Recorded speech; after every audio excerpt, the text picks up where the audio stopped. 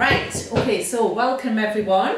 As I said earlier, last week I said that me and Elly were going to team up because we are both fairly similar in our thoughts about nutrition. Yeah. And how we believe people should be eating and looking at their diets and things like that. Yeah. So I thought we're going to talk about a couple of topics leading up to Christmas.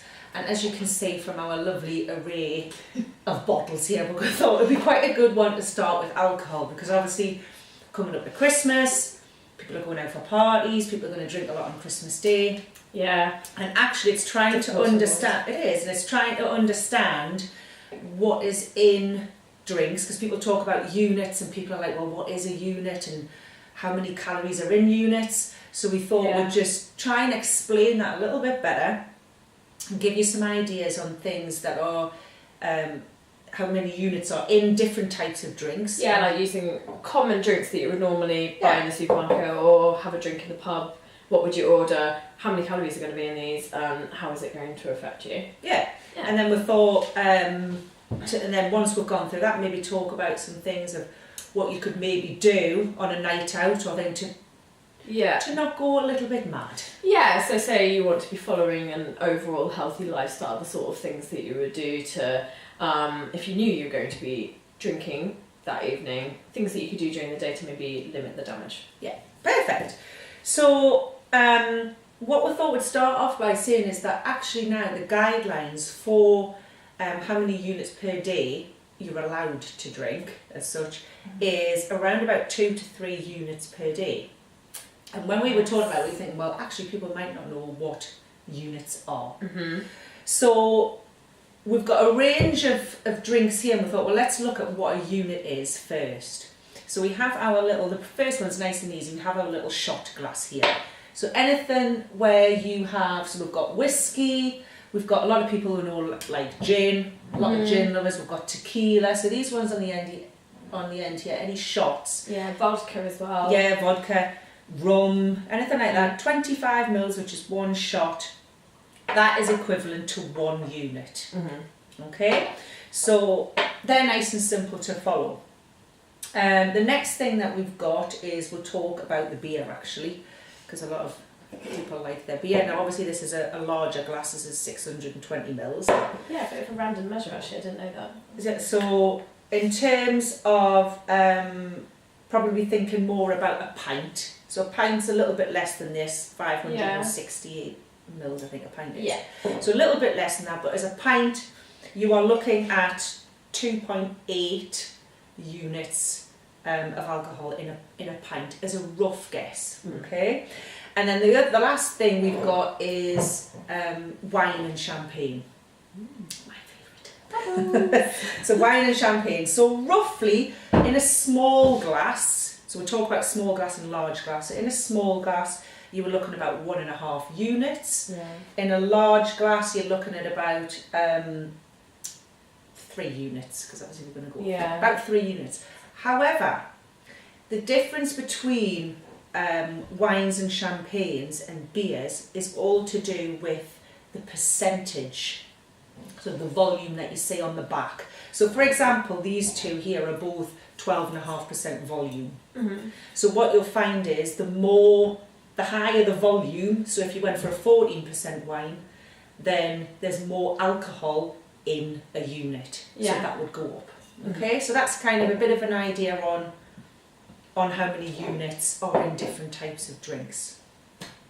So the next thing then is trying to figure out, in terms of units, of how much calories, how many calories is in those units. Yeah, because that's if we're someone who maybe tracks calories, or we have an idea of how many calories are in our food,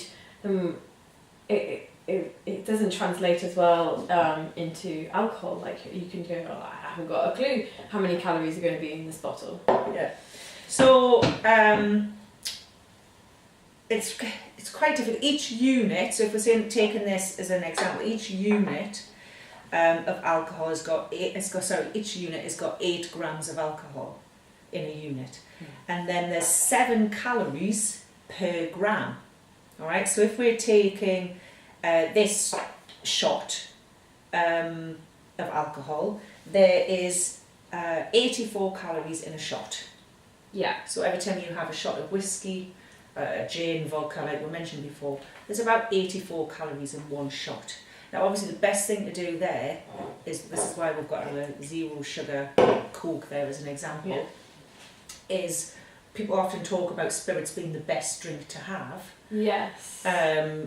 And that's because you can add in like your 0 sugar or your slimline tonics and things like that. So things that you can add into those that don't add any extra calories to the drink that you're already having. Yeah. So that's why people say that your spirits are probably your better drink to have. Yeah, easier to. There's not as many calories per single. A lot of people will have doubles, but per single, and then you can add in your like 0 sugar Coke or or soda water, things like that. Things like that. Yeah. Yeah. So that's about we said 84 calories in a shot. The Peroni now in this bottle, so a little bit larger than a pint, you are looking at about 260 calories just in this bottle of Peroni. All right. Yeah. So obviously for a pint, we're going to be slightly under that. So we're probably going to hit around the 220 calories in a pint as a rough guess.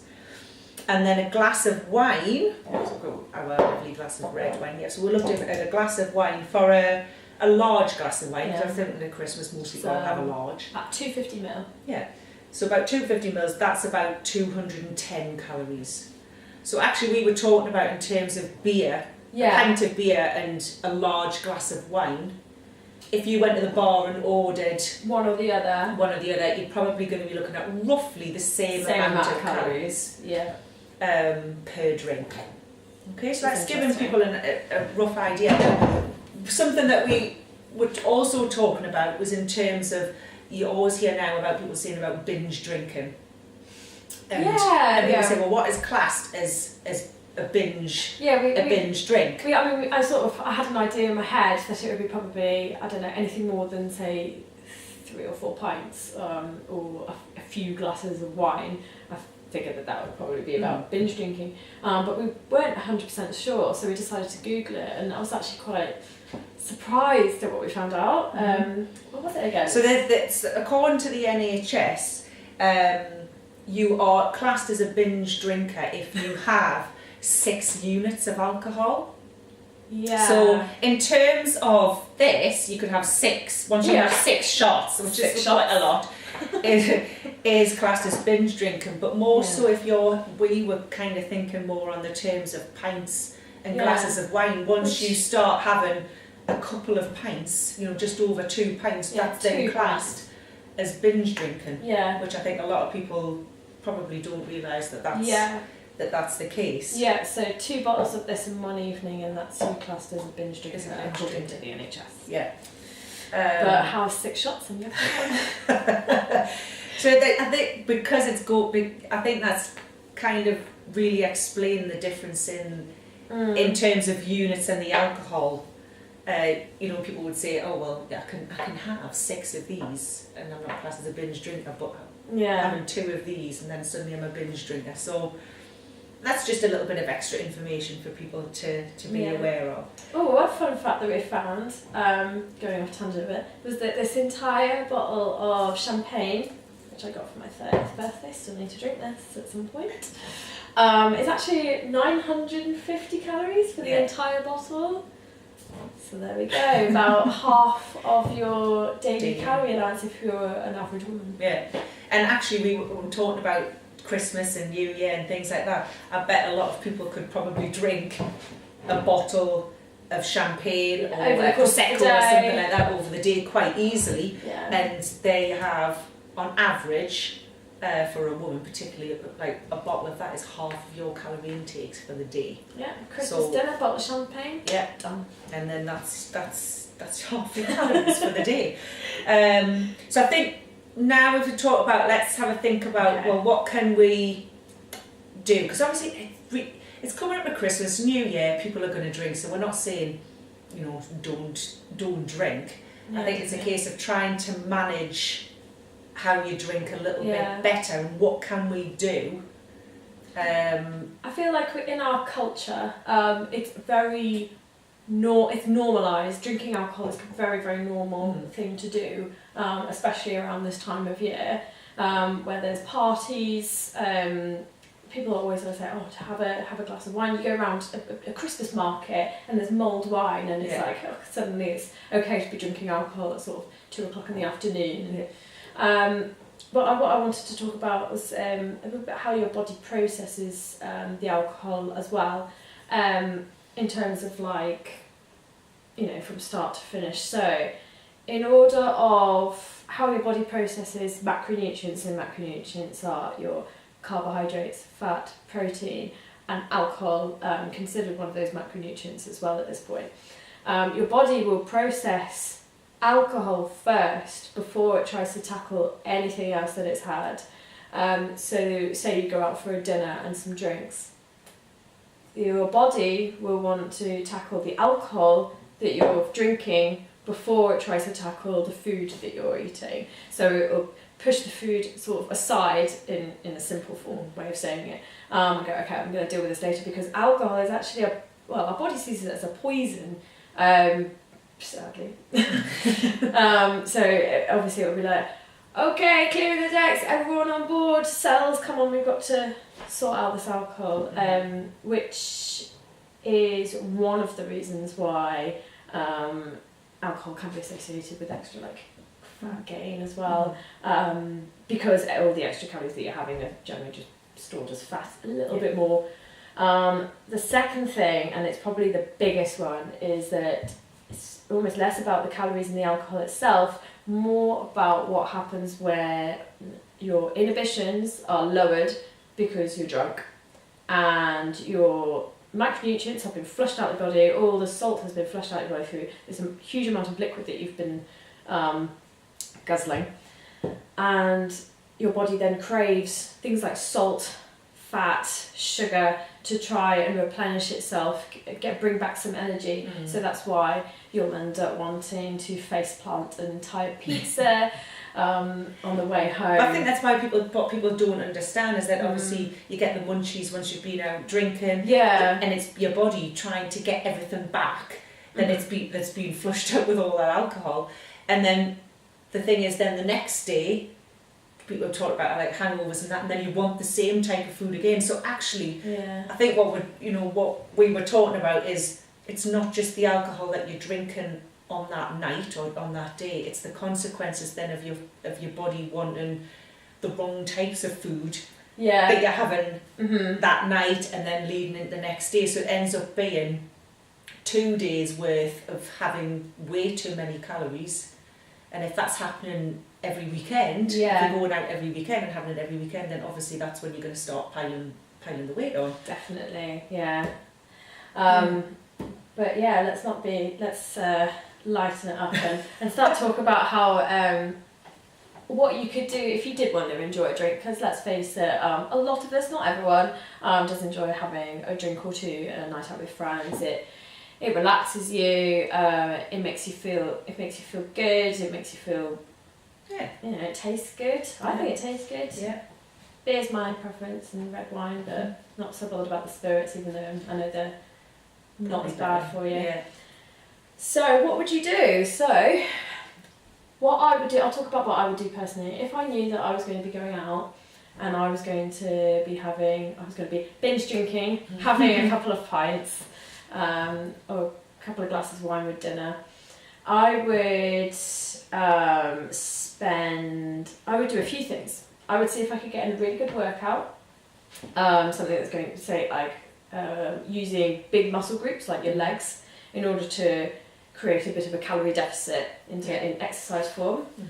I would personally try and aim for foods that are maybe a bit lower in calories in general. I would save room for the carbs that I know that I'm going to be having later with my meal as well as the alcohol.